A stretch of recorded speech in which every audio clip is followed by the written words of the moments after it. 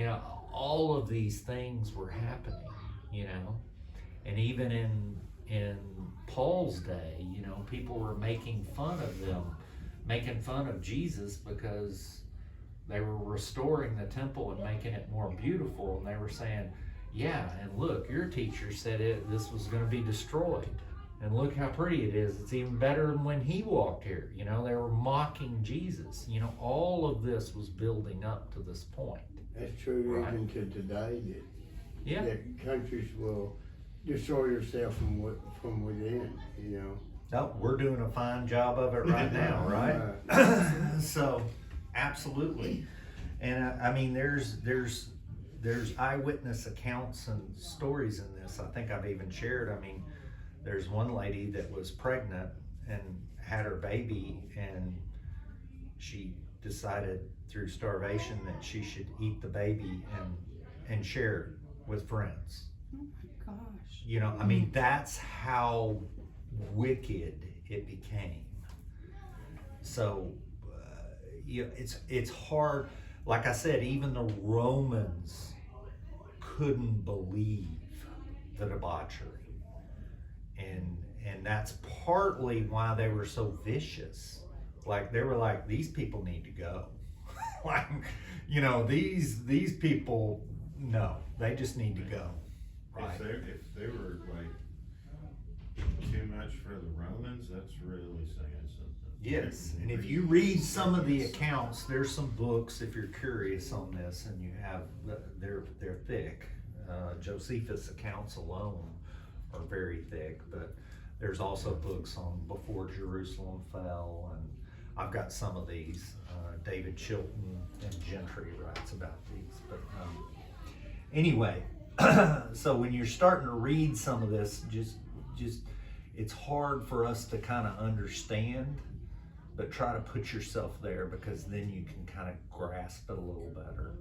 So let's read 26 through 29. Just to clarify real quick, this is all happening after the Christians flee, after the followers of Jesus flee. 70 AD, 66 was when Jerusalem was surrounded. Okay. And the general that was in charge of that, because of another uprising, he got called away. So when he got called away, everybody thought, oh, it's good, you know, they saved us again, you know, but others, they were still praying, and the Holy Spirit told them, no, you need to still stay out of the city. And then 69 came, and then the second siege came, and that one led to 70 AD. Okay. To the total destruction. And back in that day, that's what they would do. They would just cut the city off, and you would have no external trade, no water, no food, no, you know. Wow, that's brutal. Yeah. Out, basically. Yeah. Brutal. They give up. So let's go on 26 through 29. Your cartridges shall be food for all the birds of the air and the beasts of the earth, and no one shall frighten them away. The Lord will strike you with the bulls of Egypt, with tumors, with the scalp, and with the itch from which you cannot be healed. The Lord will strike you with madness, and blindness, and confusion of the heart, and you shall grope at noonday as a blind man gropes in darkness. You shall not prosper in your ways. You shall be only oppressed and plundered continually, and no one shall save you. Yeah, and where do we read food for birds of the air and beasts of the earth? Yeah. Yeah, Revelation, right? So, I mean, the point here is, you know, if the Lord is against you, how bad is that, right? It's the opposite of the Lord. If the Lord is with you, who can stop you? And if the Lord is against you, you know, there's only one way out, and that's to repent. You can't fight the Lord. 30 through 31. You shall betroth a wife, and another man shall lie with her. You shall build a house, but you shall not dwell in it. You shall plant a vineyard, but you shall not gather its grapes. Your ox shall be slaughtered before your eyes, but you shall not eat of it. Your donkey shall be violently taken away from before you. You shall not be shall not be restored to you. Your sheep shall be given to your enemies, and you shall have no one to rescue them. Yeah, we were reading this morning in the men's group, and some of the translations say your wife will be raped, you know, which is essentially what happens in war. And, you know, in some of the accounts of 70 AD, if this is now, understand that Babylon, they were taken away in captivity there too. So it could be fulfilled in multiple times, but in this particular one, especially in 70 AD, it got very wicked there. So I would not be surprised if that happened even before the Romans got there, you know, with as wicked as it became. Let's go on to 32 through 34. Your sons and daughters shall be given to other people, and your eyes shall look and fail with longing for them all day long, and there shall be no strength in your hand. The nation whom you have not known shall eat the fruit of your land and the produce of your labor, and you shall be only oppressed and crushed continually. So you shall be driven mad because of the sight which your eyes see. And McGee kind of points out that Zedekiah, as an example here, whose sons were slain before him, his eyes were put out, blind and helpless, he was carried into Babylon captivity. So,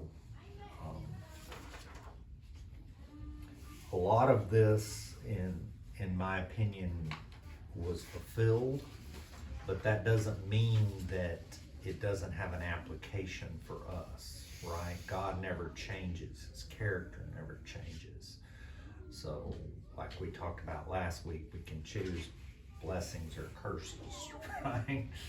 And his character never changes. So when we flip over to 2, we're going to get to Deuteronomy 29, which there's kind of a transition here, and Moses is going to essentially have them all confirm the covenant again, right? He's going to give it one more time and try to give them a little more pep before they go into the, you know, promised land. So let's go on to verse 1 through 3. These are the words of the covenant which the Lord commanded Moses to make with the children of Israel in the land of Moab, besides the covenant which he made with them at Horeb. Now Moses called all Israel and said to them, You have seen all that the Lord did before your eyes in the land of Egypt, to Pharaoh and all his servants, and to all his land, the great trials which your eyes have seen, the signs and those great wonders. So, you know, this is after the 40 years of the desert, right? And we can kind of get to that. It's interesting. I was listening to a podcast, and they were paralleling what was said at that judgment. You remember when the people, when Moses came down and they had made an idol and all that, and then he said that essentially you're going to have to wander in the desert and you're not going to be allowed in, and you know, because you're a stiff-necked people. And the podcast was paralleling with that, with what Stephen said to the people that were stoning him to death, the first martyr of the church. And there was a parallel when they're stiff-necked and you know everything, and then the judgment was coming, and they weren't, you know, 70 AD, they didn't go out because they were stiff-necked. I just thought that was an interesting parallel. here you're gonna see that if Chris were here, he would tell you, you know, the references here is you have seen. Most of these people didn't see, but their parents did. They heard the stories. They know this is the same kind of terminology we would say with like your forefathers, because our forefathers were Washington, and you know they did all these things, but they weren't really us. But in their vernacular, you have seen is talking about your history. Okay. And he's just trying to strengthen them because they're going in to fight the giants. And we'll realize later on, you know, Caleb is going to raise his hand and say, I want the mountains. And the mountains were where the giants were. So he's the oldest, one of the oldest guys in the room. It'd be like we're going to battle and Rick King raises his hand and says, I'm going to take the giants, right? You know, the oldest guy in the room to fight the biggest, baddest, because he's not afraid of them. He knows that God is with him, right? And when he raises his hand, he's raising his hand for his whole clan, right? Not just him, but he's willing to lead the charge. So, let's go on to verse 4. Yet the Lord has not given you a heart to perceive, and eyes to see, and ears to hear, to this very day. So this is a great verse. You can see that in Romans, Paul kind of requotes this verse. As it is written, God had given them a spirit of slumber, that their eyes should not see, their ears should not hear unto this day. So, you know, I personally would kind of reverse this, right? This was my prayer this morning for church, is that people would have the eyes to see, the ears to hear, so that they may understand, right? And in this case, they don't. They had hardened their heart, right? And they didn't quite get it. You know, for the most part, some did, right? And from us, you know, this is a good reminder that our battle is in the spiritual realm first, right? That doesn't mean that we don't have to put our boots on and go forward. It just means that we got to fight there first. Because if we're trying to do it in our own power, then evangelism efforts, trying to reach other people, it's not going to work because they don't have eyes to see or ears to hear.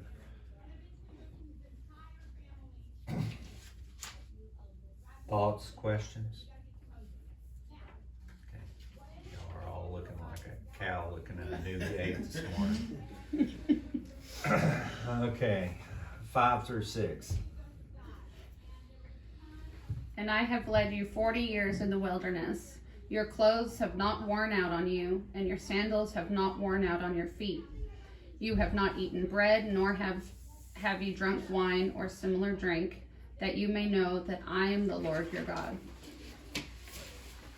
Okay, and you know, I was thinking about this verse. We've kind of talked about it, you know, but if you were one of the children of Israel and you went through that 40 years in the wilderness, I mean, just think about it. Your shirt never wears out, your underwear never wears out, your shoes never wear out. You get manna every morning, you know, you have what you need, but you look around you and you see desert, right? It's by no means a pleasant experience, right? You've got probably sand all over you. If anyone slept in sand, you know what I'm talking about. It's not a pleasant experience. It's hot, you know, but you're not sunburned because he gives you the clouds. But it's hot, it's miserable, you have no scenery around you other than miles of desert. It's super hot during the day and cold at night. Yes. So you're suffering all the time. suffering all the time, but you have what you need. Mm-hmm. And in some ways, that's a parallel of our experience, right? We tend to focus, you may be going through a wilderness time right now, right? And my advice to you is to not look at the desert and the wind and gripe about the heat, but think about where God is giving you provision, right? Where have your shoes not worn out? Where is your meals still coming, right? Thank Him for what you have, not what you don't have. And I say that to myself too, right? I mean, that's, Mary Beth and I have been to Del Rio, and you go across the border and you go visit the homeless shelter like we went to, and you realize how much you were truly blessed with, right? It's a good recentering for us because we get so accustomed to what we have and we tend to long for what we don't have. And that's the human nature instead of focusing on what we do have. Right.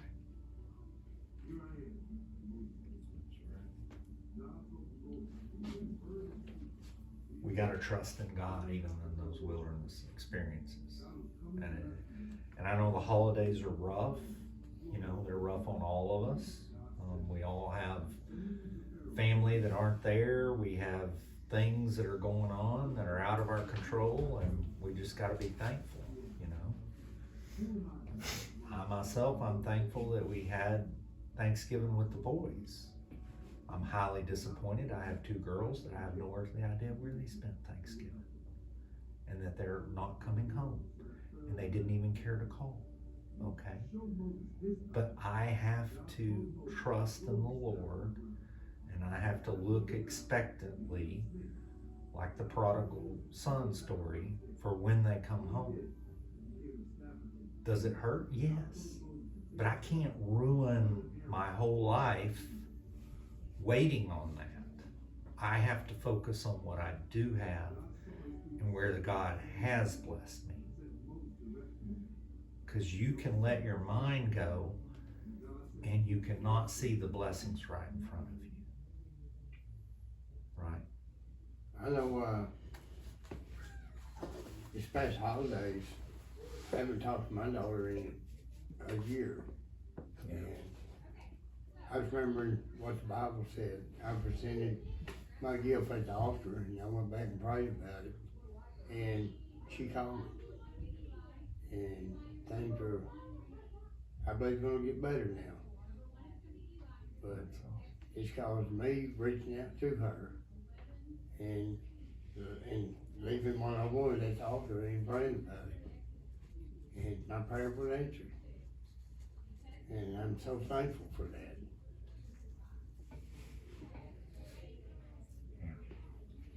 God can restore all things. So,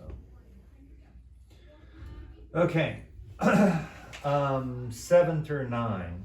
Who'd like to read? And when you come to this place, Sihon, Yeah. king of Heshbon, and Og, king of Bashan, came out against us to battle, and we conquered them. We took their land and gave it as an inheritance to the Reubenites, to the Gadites, and to half the tribe of Manasseh.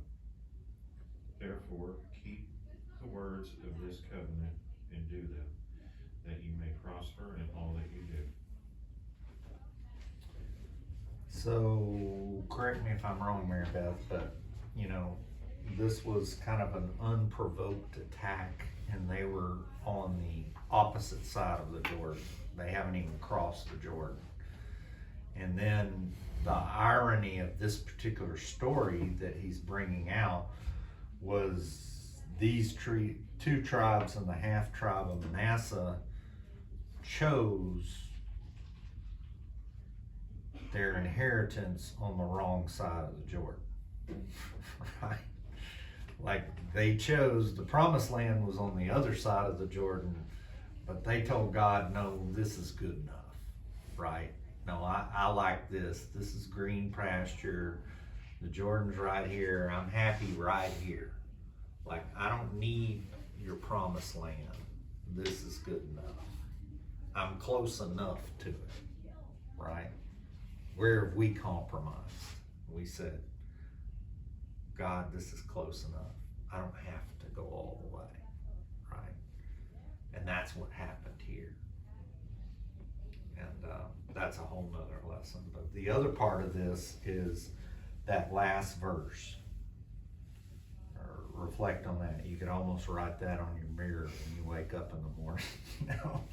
Keep the words of this covenant and do them, that you may prosper in all that you do, right? So, once again, those conditional promises, right? So, if we want to prosper, we have to walk the walk.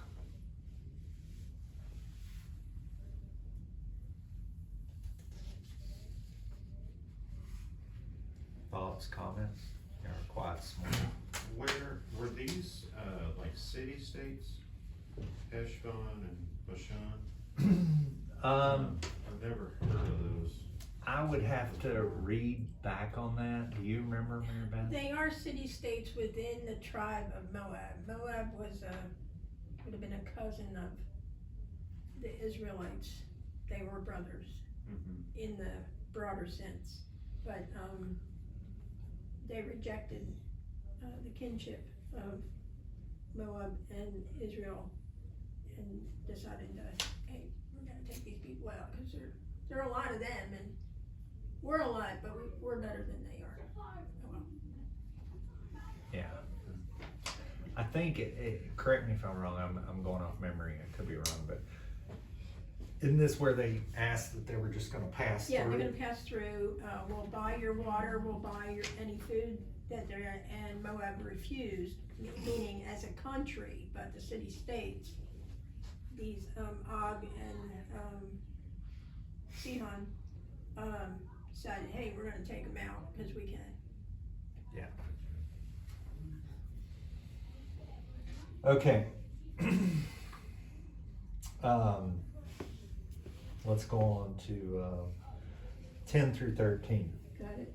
All of you stand today before the Lord your God, your leaders and your tribes and your elders and your officers, all the men of Israel, your little ones and your wives, also the stranger who is in your camp. From the one who cuts your wood to the one who draws your water, that you may enter into covenant with the Lord your God and into his oath which the Lord your God makes with you today, that he may establish you today as a people for himself, and that he may be God to you, just as he has spoken to you, and just as he has sworn to your fathers, to Abraham, Isaac, and Jacob. So this kind of gets to the eternal nature of God, right? Do you understand? I mean, we would do this today. Like, God hasn't changed, and he's gonna set them apart, right? Which is kind of the definition of the church, right? That they would choose them as their God. They'd enter into this oath today that he may establish a people for himself. That's us, right? We're a people for God, right? We're set apart. That he may be God to you, just as he has spoken to you, you meaning a personal relationship, right? And that he has sworn to your fathers, Abraham, Isaac, and Jacob. So we're grafted in, we're that personal relationship, and thanks to Jesus, we don't have the priestly system or the sacrificial system, and we now have direct access, right? The temple has changed, right? The temple went from that physical to the here, the spiritual, right? And we're gonna kind of get to the land piece here a little later, but you know, Jesus came to fulfill everything, not abolish, right? And we're gonna see how that kind of puts that together, and it may challenge your thinking. I know it kind of challenged mine the first time I heard it, so we'll hopefully have a discussion on that here pretty soon. So 14 and 15. I make this covenant and this oath, not with you alone, but with him who stands here with us today before the Lord our God, as well as with him who is not here with us today. So the Believer's Bible Commentary says that this covenant, you know, by them making this covenant, they were making it for their children's and their children's children's and for future generations until Messiah came, right? Because Messiah was the fulfillment of the covenant and the ushering in of a new covenant, right? Does that make sense? So I put in here on your outline Galatians. So somebody want to read the Galatians 4:4-5? But when the fullness of time had come, God sent forth his Son, born of a woman, born under the law, to redeem those who were under the law, that we might receive the adoption as sons.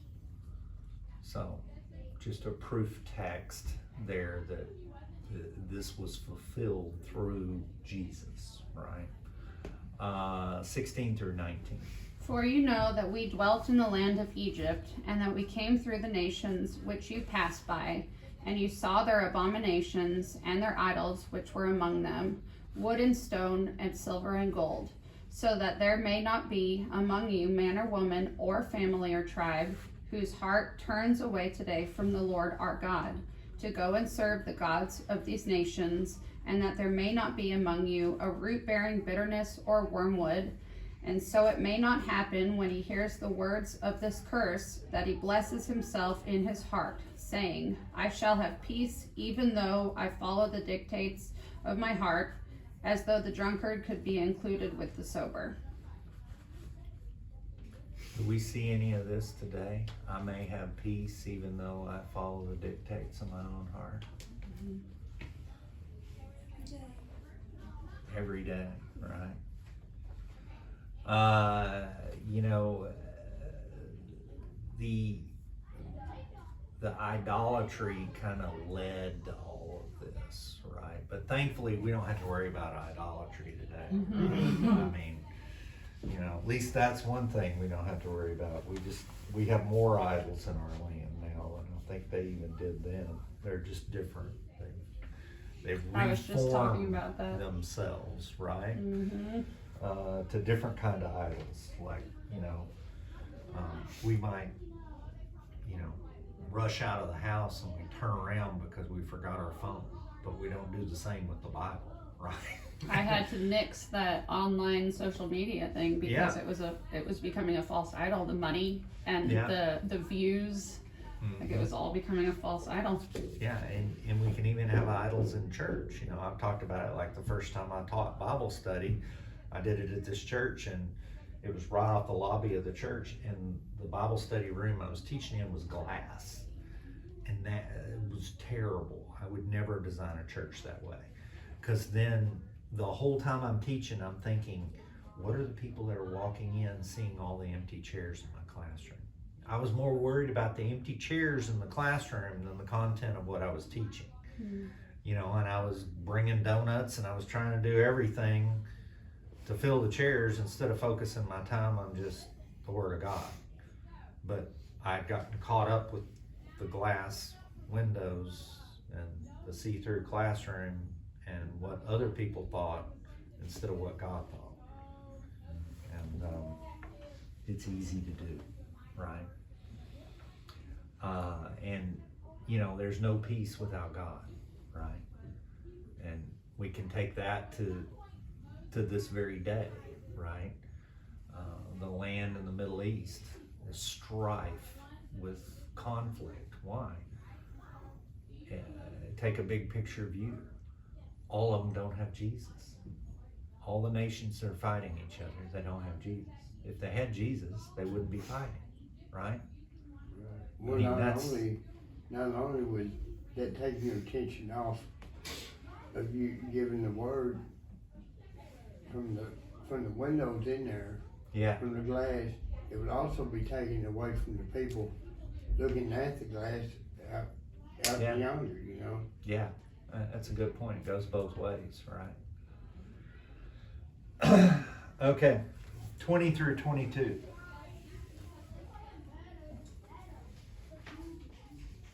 The Lord will not spare him, for then the anger of the Lord in his jealousy would burn against that man, and every curse that is written in this book would settle on him, and the Lord would not blot out his name from under the heaven, and the Lord would separate him from all the tribes of Israel for adversity, according to all the curses of the covenant that are written in this book of the law, so that the coming generation of your children who rise up after you, and the foreigner who comes from a far land would say, when they see the plagues of that land and the sickness which the Lord has laid on it. So, they're going to see the desolation of the land and the consequences, and they're going to know that this land, was a covenant land to a covenant people with a relationship with God, and everyone will know that they must have violated that covenant because their God must have been very angry with them to fill them. And then I was thinking of this because last night I was listening, to a podcast about health and all this, and some of the statistics are just earth-shattering. In the U.S., we spend more on health than any other country on the earth, and we have some of the worst outcomes. Our life expectancy, even birth rates and success of birth, and everything, chronic disease. We have over 52% of our youth are overweight, and the illness that is in the land. It sounds just like this. They will see the plagues of the land and the sickness that the Lord has laid upon it. And that's like us, right? We have forsaken, because our land was a covenant land. All you have to do is go to the Declaration of Independence. Our rights come from God, not man. It's filled with references. We've done this with the Founders Bible, but we made a covenant with God for this land, and that applies to us. And now we've forsaken that to the point that people are putting profit over health in our very food, and we look at food as something fast and not as medicine or substance.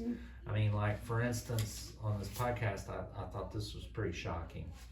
There are only 2 countries in the world that allow GMOs in their food without warning labels: America and Syria. That's our company, Syria and America. Like, we've talked about it here, but if you go to England and you get Quaker Oats or Kraft Macaroni and Cheese or any of these big companies that sell us the food is packaged, and the package looks fairly similar, but flip it over on the ingredients, totally different. Like we have 10 times the amount of ingredients that they have, because in England they don't allow it. Nope. They don't allow all that fake food, and their health is better for it, right? And so I pray that Bobby Kennedy will hopefully fix that now that he's in there, but that's just one of our many ills. Fluoride in drinking water. What? Fluoride in drinking water. Oh yeah, fluoride's terrible. Neurotoxin. Not to mention what it does to our children and their brain development, and all of this is tied together, right? There's a reason academically our children are so behind the rest of the world. It's all tied to what we're putting in our bodies, and the depression, the mental health. All of this is tied to it. I just watched a video, I think this morning, and it was saying why are we so sick? Why was everybody so skinny in the 1960s? And now we're all overweight and sick. And if you look at it, the government was recommending in the 1960s meat, dairy, fruits and vegetables, and grains. And now you look at the food pyramid, they're like, eat more cereal, eggs are bad for you. And it's become so corrupt that there's no way that the people that are coming out with this don't know any better. There's no way. It's intentional. Yeah. Serial killer. Yeah. Is what it is. Yeah, According absolutely. to the FDA's current nutritional guidelines, Fruit Loops are more healthy for you. And they're outlawed in most countries. Yeah. Just so you know. And in other countries, they don't have all the artificial dyes and all the junk in them. Yeah. And, you know. Red dye 40 is straight up illegal. Oh, yeah. Oh, yeah. Yep. And then you take it to the other extreme, which is even if you get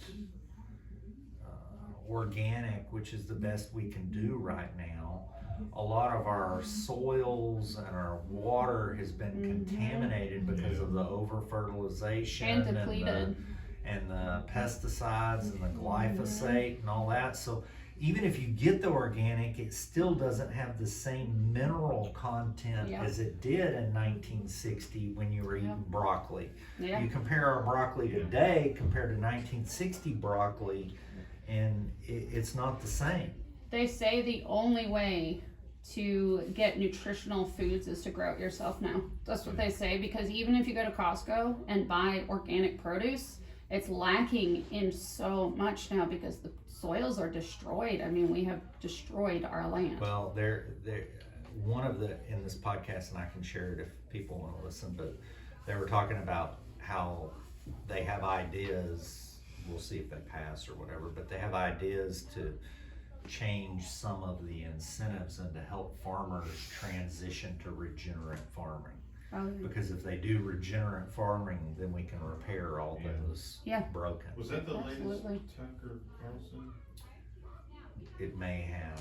I'll look. Because right now, all the incentives It was are either for Tucker or Man in GMO. America. I can't remember, but it I was know very every good. day or every week, you hear something being recalled for salmonella, E. coli, or something. It's something Yeah. every week. Well, Yeah, and I'm not so sure all of that is true. Yeah. Tracy was talking about helping Tammy do sourdough and stuff, and we started doing sourdough bread at home, and Adam started making sandwich bread for the kids, and they will, I mean, they're 9 and 6. They'll straight up tell you that bread is way better than the bread at the store, Oh yeah, and that's they the had, thing. Yeah, they had much rather us do homemade bread. yeah. Heather and I can't eat it because Heather makes it all the time at our house. So she can help you too. With that. Yeah. You know the Some of- note on Some of her Jane dough. She's named her Jane dough. Well, this is Fernando, right? Yeah. the comment could be made on the E. coli and salmonella outbreak and all that. It's interesting because they're saying, oh, we have an E. coli outbreak. Well, we're all supposed to have E. coli in our bodies. I know there are different strains, but what's the missing link there? Why would all of a sudden people be getting sick from E. coli? Like, what else is going on? And you know, I don't want to go down the rabbit trail and get us off topic, but just quickly, these breakouts, they never happen on unhealthy stuff, right? True. They're always on the healthy stuff. Like, take away their protein. Carrots was the most recent. Take away the vegetables. The only exception was McDonald's that had one, and that was following what event? It was immediately following. Oh, yeah, with Trump. Yes, him working the drive-through. Yeah. So it was an How immediate strange. What are the odds? correlation. So, okay, 23 through 27. The whole land is brimstone, salt, and burning. It is not sown, nor does it bear, nor does any grass grow there, like the overthrow of Sodom and Gomorrah, Admah and Zeboim, which the Lord overthrew in his anger and his wrath. All nations would say, why has the Lord done so to this land? What does the heart of this great anger mean? Then people would say, because they have forsaken the covenant of the Lord God of their fathers, which he made with them when he brought them out of the land of Egypt.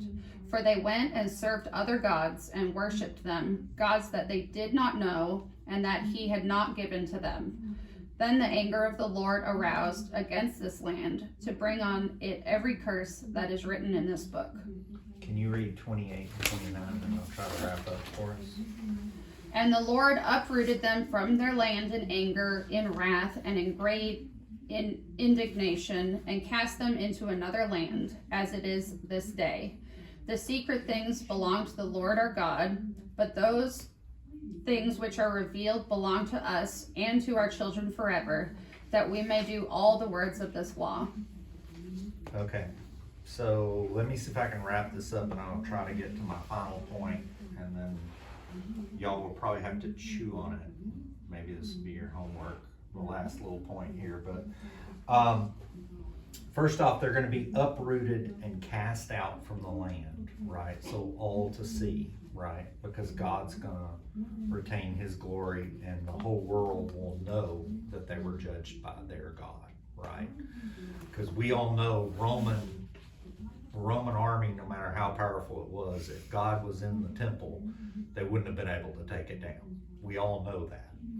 So God actually judged that temple. And interestingly enough, some of the accounts from Josephus and some of the first, they said they saw things coming on the clouds when Rome came in, right? So interestingly enough, because Jesus said, I'm coming on the clouds. So, and then here, the secret things belong to God, but those things revealed to us and to our children that we may obey the law. So even now, looking at the new covenant, we have even more things, right? We have the Old Testament, we have the New Testament, we have, 80% of God's will or more is clearly written down for us to understand. There's 20% that, yes, we may not understand this side. His ways are higher than ours. We're not going to understand everything. But we have 80% here that is very clear. And that other part, we have the Holy Spirit and we have discernment to handle that. But we need to focus on what we need to do and where it's clear first, right? And that's what he's saying here. Now, this whole land issue, I listened to a podcast. If some people are interested, I can share it, but it was talking about the land promise and going from the old covenant to the new covenant. And I thought it was quite fascinating. And, y'all can choose to believe how you want to believe, but I'll just present this idea for you. Christ came to fulfill the old covenant, right? Fulfill all things, right? So in that, what does it say in Matthew 5:5? It says, blessed are the meek, for they will inherit what? The earth. The earth. It doesn't have a carve out for any it has the whole earth. Isaiah says, God is in heaven and the earth is his footstool, right? So like the temple analogy that we talked about before, that some people are so focused on the physical temple they can't get a hold of the spiritual temple. I think some of us have an inclination of that physical land of Israel so much that we're missing the spiritual fulfillment, that is part of the earth and part of all of what we're inherited, right? Mm-hmm. And we have this fascination, and I'm not saying that God doesn't have a special plan for that, for the historical reasons, for other reasons, but we're giving the whole earth, not just Israel, right?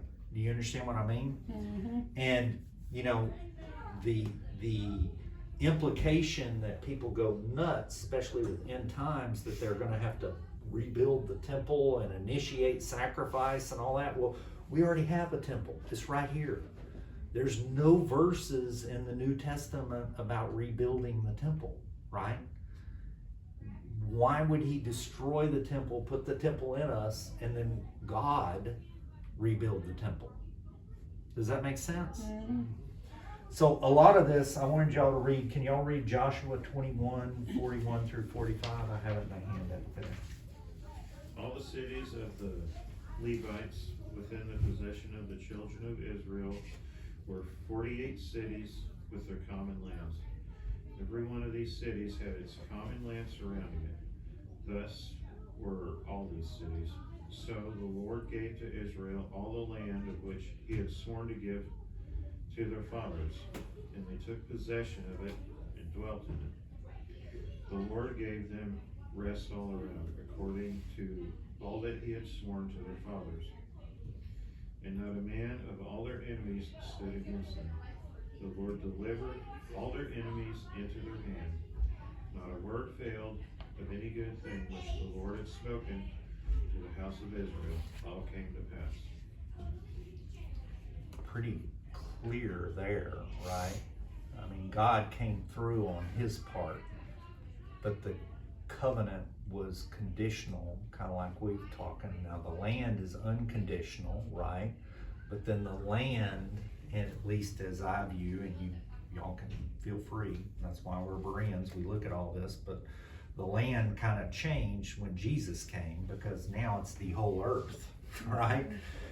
Do you understand? That's at least how I look at things. And then somebody want to read Hebrews 9:15? We can leave on that.